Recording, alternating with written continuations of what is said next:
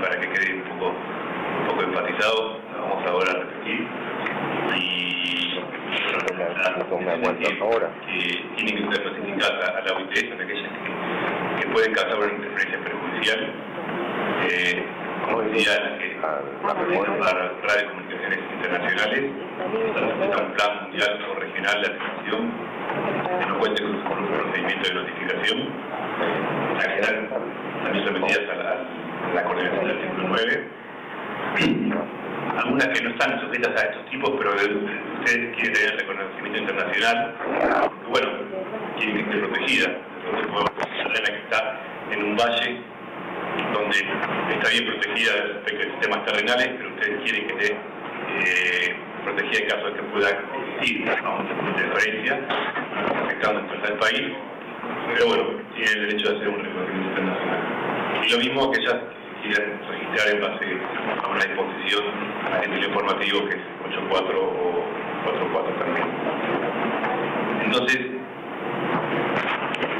hablaremos más que ir mucho en las transparencias, ya quiero hablar más, que sé que hay bastante texto aquí, y luego en detalle en la presentación están todos los puntos, pero más que nada trataría de hacer claro en el concepto, en la idea.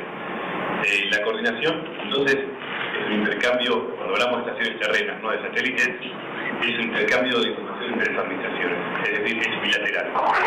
Desde la comunicar con la B, van a realizar la coordinación y luego van a enviar esa información y ahí hablamos de notificación a la OIT. Nuevamente trato de poner los puntos principales, como decía, disposiciones reglamentarias, conceptos, dónde encontrarlo, qué son realizarlo, qué tipos hay. Las disposiciones están relacionadas con el tema de comunicación terrenal, artículo 5, de bandas de frecuencia, 9, coordinación, 11, notificación, 21 en cuanto a ciertos límites que hay de PIR, de ángulo de evasión y demás. Y los apéndices relacionados encontramos criterios, son por ejemplo el 4 para los datos que deben enviarse, el 5 y el 7 para métodos de cálculo de criterios. Como decía, la información está indicada en el apéndice 4, hoy en día se envía en formato electrónico, se envía a través de email con el archivo Access con los datos alfanuméricos y también el contorno de coordinación con los resultados del cálculo del apéndice 7.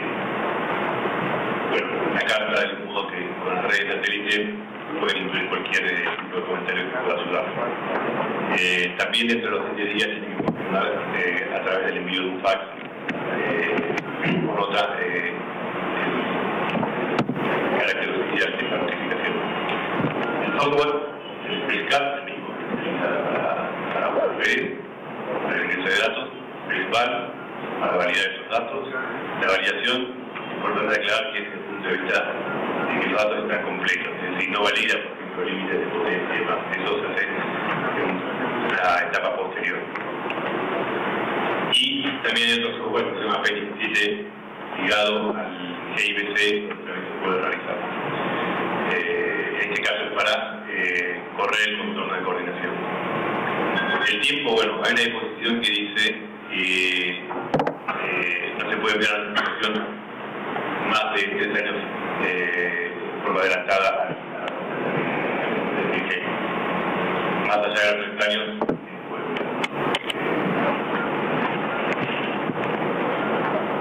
algunos consejos prácticos cuando tengan que publicar, como por ejemplo, bueno, es importante verificar justamente para evitar algún tipo de conclusión desfavorable, si bien no es crítico como en la parte de satélites en el sentido de que hay un periodo de 7 años y demás, se puede volver a notificar en caso de que haya un error. Pero bueno, para acelerar el proceso y poder mantener la fecha de reconocimiento que es cuando se recibe la licencia. Los datos importantes entonces a verificar. Bueno, es importante que sepan con qué estación espacial, con qué satélite está comunicando. Y obviamente hablo del nombre de la OIT.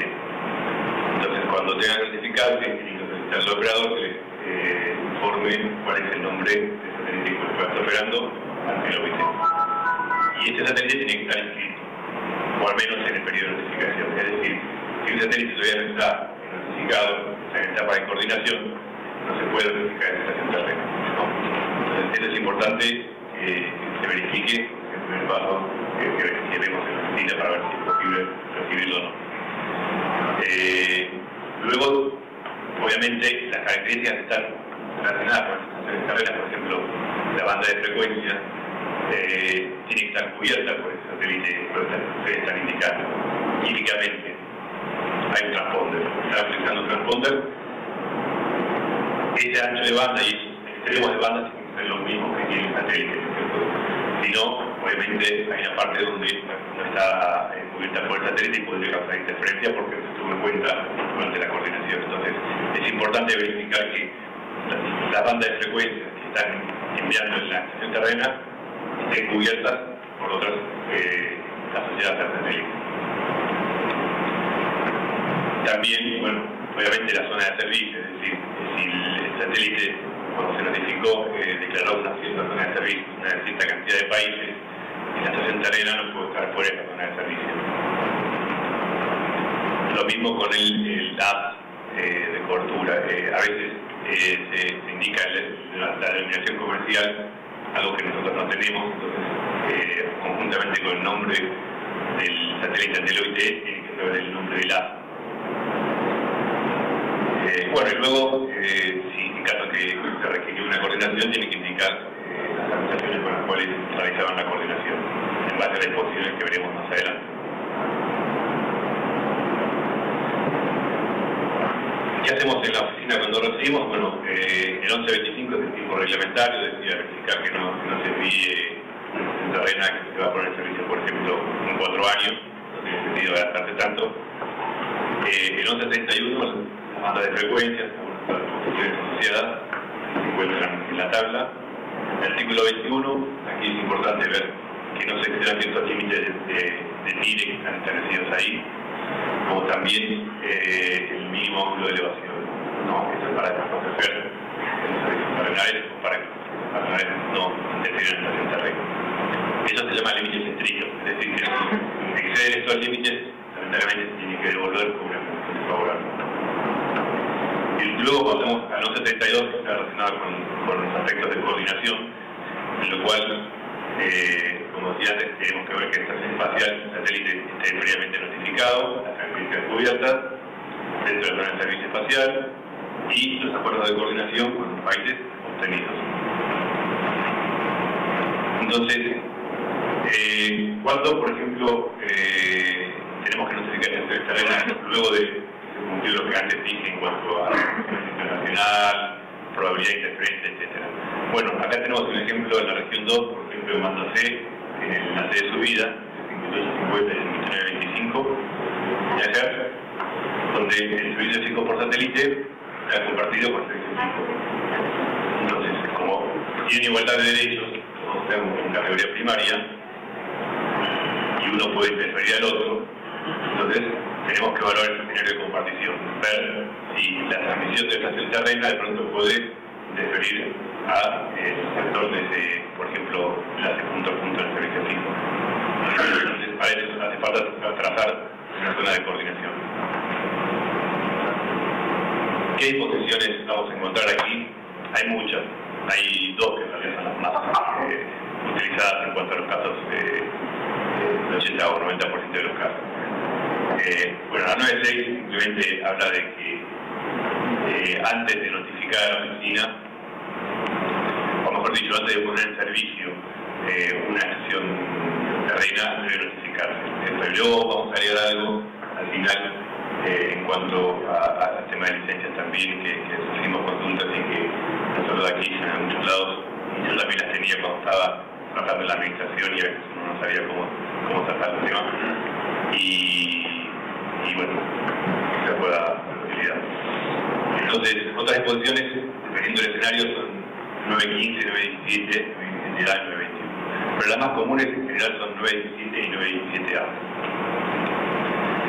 La 915 en realidad trata de la compartición en ciertos escenarios muy particulares, como por ejemplo en este donde hay una nota de pie, que se llama a la disposición 911A, y donde se refiere a una terrena específica o típica de las redes geoestacionarios respecto de otras estaciones terrenales. Pero este es el caso más concreto y que tenemos en la gran familia de notificaciones, yo diría por el 60% de los casos. Cuando tenemos una estación terrena, utilizar el puntero de aquí, ¿sí? ¿Ver algo? ¿Sí? Entonces, tenemos dos países. Tenemos un país que lo denominamos A, administración, y uno B. Entonces, este país tiene una estación terrena que puede estar subiendo una señal o recibiendo una señal. En este caso, como hablamos del enlace de subida,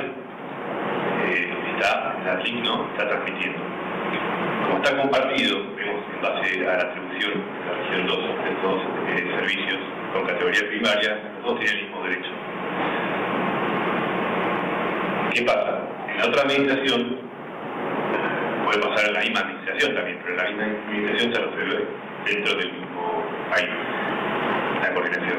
En la otra administración, puede ser que tengan también sistemas terrenales, con los cuales puede ser que estén interferidos o no. Entonces lo que se trata es de evaluar si existe esa posibilidad o no. Para ello lo que se hace es se traza una zona de coordinación en base a los parámetros que tienen y al criterio que mencionamos antes de la P17. Bueno, lo voy a hacer sobre la otra. Pero tenemos la administración A y la administración B. La administración terrena y los sistemas terrenales. Los sistemas terrenales pueden ser tanto fijos como móviles. En este caso es fijo, ¿no? Pero obviamente puede ser que sea también un sistema móvil. Y bueno, ese es un caso típico en el cual hace falta una coordinación. Y la disposición que se aplica es la 917. La 917A es para un caso también, bueno, en los países limítrofes en el cual tenemos dos estaciones terrenas. Hay cierta banda de frecuencias que se pueden utilizar en forma direccional. Entonces, en este caso, la coordinación sería entre una estación terrena y la otra. Una que está transmitiendo y otra que está recibiendo.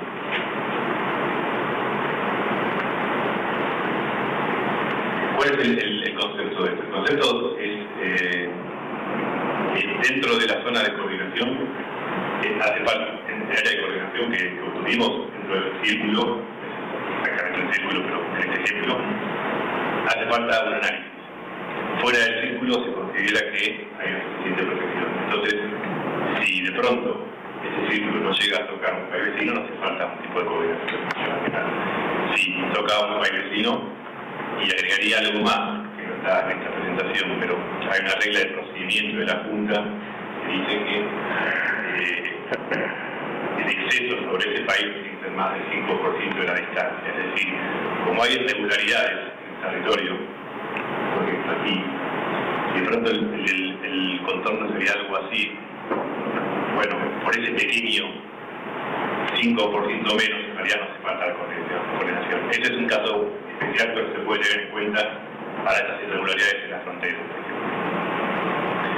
Entonces, aquellas tecnologías que están fuera de la zona de coordinación se considera que están suficientemente protegidas, y las que están dentro no quiere decir que reciban interferencias, pero sí quiere decir que hay que analizarlas. Puede ser que realmente no tenga ningún inconveniente, pero hay que verlo. En este caso, bueno, buscamos lo que les explicaba anteriormente, que están fuera y por lo tanto no se falta la coordinación. Lo mismo dije antes, pero está aquí en el slide.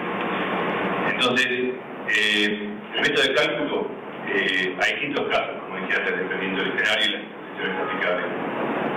Excepto uno que es muy particular, que es respecto de estaciones terrenas, respecto a la estación terrena, en el cual se habla de la terrena receptora. Excepto ese, el resto todos se utiliza la P17. En la P17 de reglamento hay un método descrito de forma detallada que se basa en la coordinación, y en base a eso se traza contornos de coordinación. Bueno, ¿qué datos básicamente hace falta? Y esto es importante porque en base a estos datos también, en caso que haga falta coordinar, se puede evaluar la modificación o no para que sea compatible. Bueno, hay algunos que el pronto van a ser fijos, por ejemplo, el lugar, o sea, no se puede porque la necesidad de instalarla en un lugar está limitado, pero lo que vamos a ver es que los datos geográficos necesarios, por ejemplo, son las coordenadas terrenas, la altitud y los factores radioclimáticos. Los factores radioclimáticos en realidad, para ver justamente la expresión y más propagación, el programa ya lo calcula automáticamente. El diagrama de ángulo de elevación, o perfil del horizonte, como se puede llamar, es muy importante. Vamos a ver por qué. El satélite con el cual se está comunicando, la ubicación, la identificación del OIT, que nos dio. En cuanto a la antena de estación terrena, la máxima ganancia, el diagrama de radiación y otras características, obviamente, como densidad de potencia máxima, temperatura de ruido del sistema receptor, la estación terrena receptora y las frecuencias asociadas. Todo eso va a estar en el índice 4, ¿no? para cada caso. No son muchos los datos. La idea quizás es muy básico, algunos, bueno, esto está orientado para tratar de cubrir un público en general, hay gente que lo conoce más que otros, entonces probablemente también con frecuencia puede ser que ciertos temas tengan más conocimiento que yo en algunas cosas y viceversa. Entonces tratamos de hacer algo de forma promedio, ¿cierto? Si de pronto alguien quiere, no, detalle me lo dice, bueno, pero la idea del ángulo de elevación es justamente cuando tenemos una estación terrena que está ubicada aquí y se va a tratar de comunicar con este satélite. Cuando hacemos un barrido en 360 grados alrededor de esta estación terrena, vamos a encontrar obstrucciones hacia el horizonte. Entonces, lo que necesitamos saber es justamente para cada 5 grados, cada 10 grados, hacemos un barrido alrededor de la estación terrena, mirado desde el punto del eje de la estación terrena, cuál es el ángulo de elevación a partir del cual la visibilidad está obstruida, ¿cierto? Entonces, a eso se le llama perfil del horizonte. Y para cada uno de esos azimuth le va a dar un valor de ángulo de elevación. Eso es muy importante porque justamente, ya sea por cuestiones naturales, va a dar el escenario de compartición con otros sistemas, o también se puede modificar eso para que la compatibilidad se pueda dar. Lo vamos a ver en dos ejemplos más adelante. Por ejemplo, aquí tenemos, siempre lamentablemente elegimos esta gráfica y a veces la gente de Manta nos hace preguntas porque es sobre un ejemplo de esta isla y bueno, no tiene nada que ver con el caso de la isla ni del país, simplemente que bueno, tomamos un ejemplo de una notificación y lo fuimos variando para explicarlo, pero es útil porque como se encuentra en el medio mediterráneo, rodeado de agua, la zona de comunicación también es bastante extensa y dependiendo cómo esté rodeada en cuanto al perfil del horizonte puede ser distintas las necesidades de comunicación. En la figura de la izquierda encontramos entonces la estación terrena en la isla y encontramos dos contornos de comunicación que vamos a explicar más adelante, modo 1 y modo 2. El verde es más grande del modo 2, que en definitiva se va a utilizar más intenso, y se da sobre la condición de que el perfil del horizonte que decíamos antes es cero para 260 grados, es decir, estaríamos en una llanura, ¿no? Donde no hay absolutamente ningún arbolito ni ninguna obstrucción y obviamente, bueno, en este caso la radiación hacia 260 grados es mucho mayor por la posibilidad de recibir y la necesidad de coordinación con países es mayor. Por ejemplo, vemos aquí. En cambio, cuando ponemos los valores reales del perfil del horizonte, porque bueno, de pronto estamos en un lugar donde, como por ejemplo aquí, estamos en especie, no, creo que son vallas, ¿no? Terminamos en San José. Entonces, hacia un lado tendremos un perfil del horizonte donde el ángulo de elevación quizás sea casi 0 grados. Cuando estamos mirando hacia una montaña, bueno, ahí quizás tengamos 10, 15, 20 grados, 20 grados, y así sucesivamente cuando vamos barriendo los 360 grados. En realidad esta montaña, por ejemplo, el satélite hacia donde hay que comunicar está en esa dirección, en este caso lo haríamos seguramente en un sentido sur-oeste, esa montaña nos va a ayudar en realidad, porque las estaciones terrenales en el otro lado, en cierto modo van a estar protegidas gracias a ese obstáculo. Ahora, entonces cuando ponemos estos valores reales en el perfil del horizonte, nos vamos a dar cuenta la diferencia entre una y otra gráfica que vemos aquí. Toda esta zona aquí, en principio, aquí, por ejemplo, en este caso Libia, Egipto, Argelia, figuraba como posiblemente interferida. Al poner los valores reales del perfil, no hace falta coordinar. Entonces, esto es un ciclo dos. Uno, para el valor real de la situación. Y segundo, en caso que realmente la coordinación con a un determinado país o sistema sea compleja, en realidad, bueno, se puede apantallar ese terreno, ya sea de forma natural, poniendo árboles o poniendo un tipo de bloque, con lo cual se disminuye el valor de interferencia y estaremos en la misma situación que hablábamos de tener una pared o también, bueno, ubicar un poco en la posición de la antena. Estos son un poco cosas que tienen en cuenta al momento de instalar la estación terrena y también, bueno, en este caso, al momento de notificar para tener en cuenta los datos necesarios. Para dar un poco un resumen, algún concepto técnico en cuanto a la propagación, de lo que hablábamos antes, tenemos un enlace punto a punto, en este caso terrenal, que está transmitiendo hacia este, visibilidad directa, y nuestra estación terrena receptora está recibiendo señal de un satélite en esta dirección. Bueno, los fenómenos que están aquí en juego y que hacen que la señal de la estación terrenal pueda interferir a la estación terrena orbital son básicamente todos en dos modos. El modo 1, que tiene en cuenta la propagación por conducto, la reflexión por refracción en capas elevadas. Y el modo 2, que tiene en cuenta la dispersión por hidrometeoro. ¿No? La señal llega a este volumen de agua, la lluvia, por ejemplo, y se refleja hacia el terreno. Entonces, eso, en otras palabras, como dije antes, está agrupado en esos dos modos, modo 1 y modo 2, y que obviamente depende de las zonas meteorológicas que están definidas en el apéndice.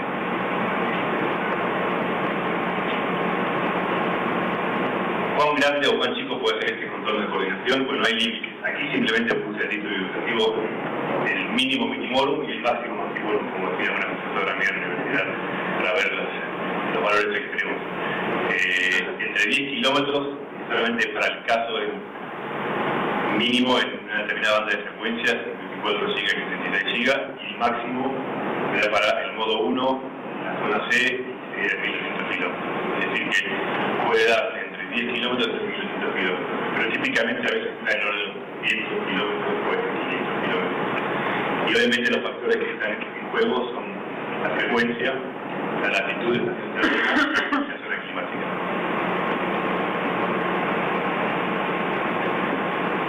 Bueno, entonces es importante aclarar también que, como decía antes, cuando hablamos de este contorno no quiere decir que la interferencia va a existir, sino que ahí hace falta análisis. Cuando se corre este programa, cuando se hace esta recomendación, se hizo sobre la base de ciertas características. Estas características son exactamente las mismas que se van a utilizar.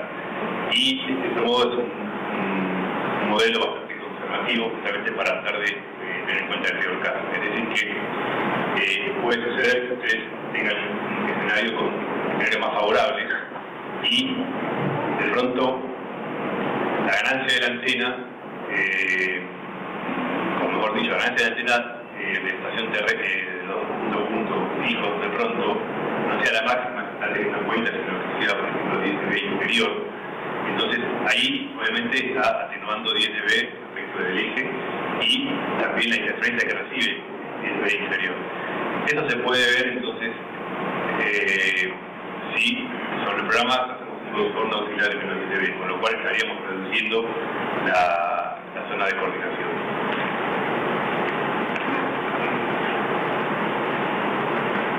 Tenemos un nuevo programa, en realidad la máquina del programa es la misma, el software es el mismo, pero la interfaz fue un poco mejorada, la gráfica, y es el que vemos aquí, donde podemos ver las distancias y también los contornos auxiliares para los dos modos distintos. En este caso es, para el mismo ejemplo, que tomamos pero respecto de estaciones terrenas y estaciones terrenas, donde hay otro que la anterior era estaciones terrenas respecto de terrenales. Bueno, antes hablábamos de, como hablamos siempre, esto se trata de proteger el escenario de estación terrena respecto de servicios terrenales, fijo, móvil, y la estación terrena puede ser también fijo por satélite o móvil por satélite. Ahora, hay algo importante de aclarar que hasta ahora. Lo que hace falta notificar, y la pregunta que me estoy acordando con el tiempo también, es para el caso de estaciones terrenas de servicios fijos por satélite, las estaciones terrenas específicas. Es decir, cuando tenemos una red de satélite, ayer precisamente me una pregunta, y de pronto tenemos estaciones receptoras que ya fueron declaradas en las redes satélites como típicas. Esas estaciones terrenas típicas no hace falta notificar, porque se consideran que ya están tenidas en cuenta en el proceso de coordinación de la red satélite. Lo que sí hace falta notificar son las estaciones terrenas específicas. ¿Cuáles son las estaciones terrenas específicas? Aquellas que no se tuvieron en cuenta en la coordinación porque tienen características distintas. En general son estaciones terrenas de pronto llamémosle más importantes porque tienen una ganancia de antena mayor, tienen algunas características receptoras distintas a las que fueron notificadas en la red satélite. Entonces, esas estaciones terrenas específicas, a veces cuando enlaces de conexión o gateways son los que son más importantes, son los que en realidad hace falta notificar para el servicio fijo por satélite. En cambio, y se notifican individualmente. En cambio, cuando hablamos del servicio móvil por satélite, ahí se notifican en grupo y se notifican estaciones terrenas específicas. Y el método que se utiliza, bueno, como justamente es móvil, lo que hace falta saber es la zona de servicio en donde esa estación terrena se va o se puede desplegar, por ejemplo aquí. Y el método básicamente consiste en trazar una distancia predeterminada o calculada alrededor de esa zona de servicio, es decir, el otro contorno más grande que vemos. Entonces, este contorno grande va a ser en realidad el área de coordinación.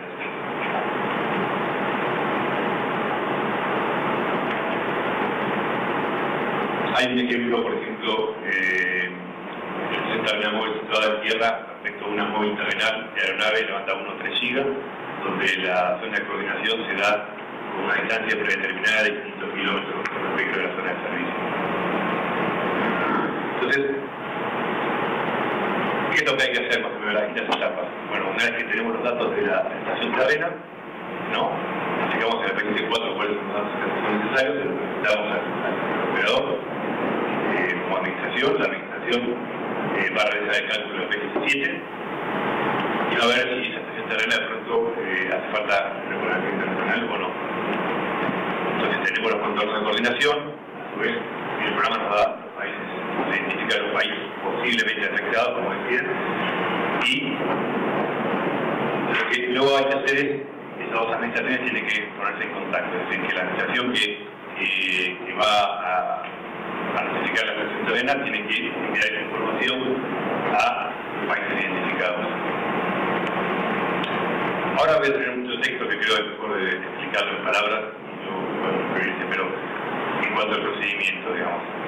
Como decía al inicio, la administración que tiene estación terrena y la otra administración que tiene que regular en un periodo de 4 meses y brindando su opinión, porque de pronto la administración A en este caso no tiene los datos de la administración B. De pronto las estaciones terrenales que tienen la administración B quizás no tienen su proporción de banda de frecuencia. Entonces directamente obviamente no se falta la correlación, se pueden dar el acuerdo. Si tienen su proporción de banda de frecuencia, bueno, entonces tienen sistemas terrenales distintos, planificados. En este caso tienen que brindar las características para que puedan realizar el análisis. Porque de pronto una cosa es si en este escenario tenemos una estación terrena alineada con la estación terrenal, terrenal alineada con la terrena, por ejemplo, aquí, es decir, la máxima ganancia va a estar hacia la estación terrena, o si de pronto está en forma transversal a 90 grados, y como decía, bueno, la ganancia de la estación terrenal hacia la estación terrena va a ser mucho menor, y ahí tendríamos que trazar los contornos auxiliares y ver si realmente puede interferir o no. Entonces, esa parte de análisis se hace a través de un intercambio de comunicación entre la institución A, B, B y A. Y para esto es bilateral, es decir, todavía no se informa la UTE. Luego, ¿qué pasa? Como dice, puede ser que haga falta la coordinación, o no. En el caso que el análisis detallado diga que haga falta la coordinación, puede ser que necesiten realizar algunos estudios o bueno, algunos ajustes en estación terrena. Cuando se obtiene el acuerdo, finalmente, cuando entonces tienen que enviar esta información a la OIT. Ese pedido a veces puede pasar por desconocimiento o por razones, una de las dos instituciones no reaccione y tenga inconvenientes. Entonces, es importante que sepan que en cualquier momento, si hay un inconveniente, pueden recurrir a la oficina solicitando la asistencia. Porque obviamente la idea es que el sistema opere y que no sea ningún obstáculo y que tampoco interfiere.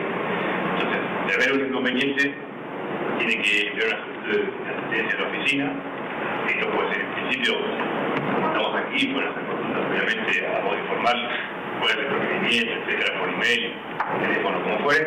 Y finalmente, digamos, una solicitud formal, enviando toda esta información, los datos de esta terrena y los datos, cualquier información que hayan intercambiado. Y aclarando cuál es el inconveniente. Si, por ejemplo, no hay respuesta de la otra administración B, entonces la oficina va a actuar y va a contactar a la administración B, la cual va a tener que responder. Y es importante que si no responde, sepan que de existir 2 veces consecutivas, luego de un mes, en el caso de 30 días, que no se responde, bueno, van a perder los derechos de protección de esta tierra, en este caso los terrenales en otro lado. Entonces, es importante que cuando reciban una nota de la oficina que se refiere a la de asistencia, la tengan en cuenta y den una respuesta. Como decía, porque la idea es que ambos países puedan operar. Así que eso es un poco el procedimiento y las herramientas, básicamente, como decía, el NAP virtual y el 27 que está incluido en el GIBC, y todo esto está ya sea en la web como también en la que tenemos, lo vamos a hacer que vea tarde o mañana se nos puede retirar.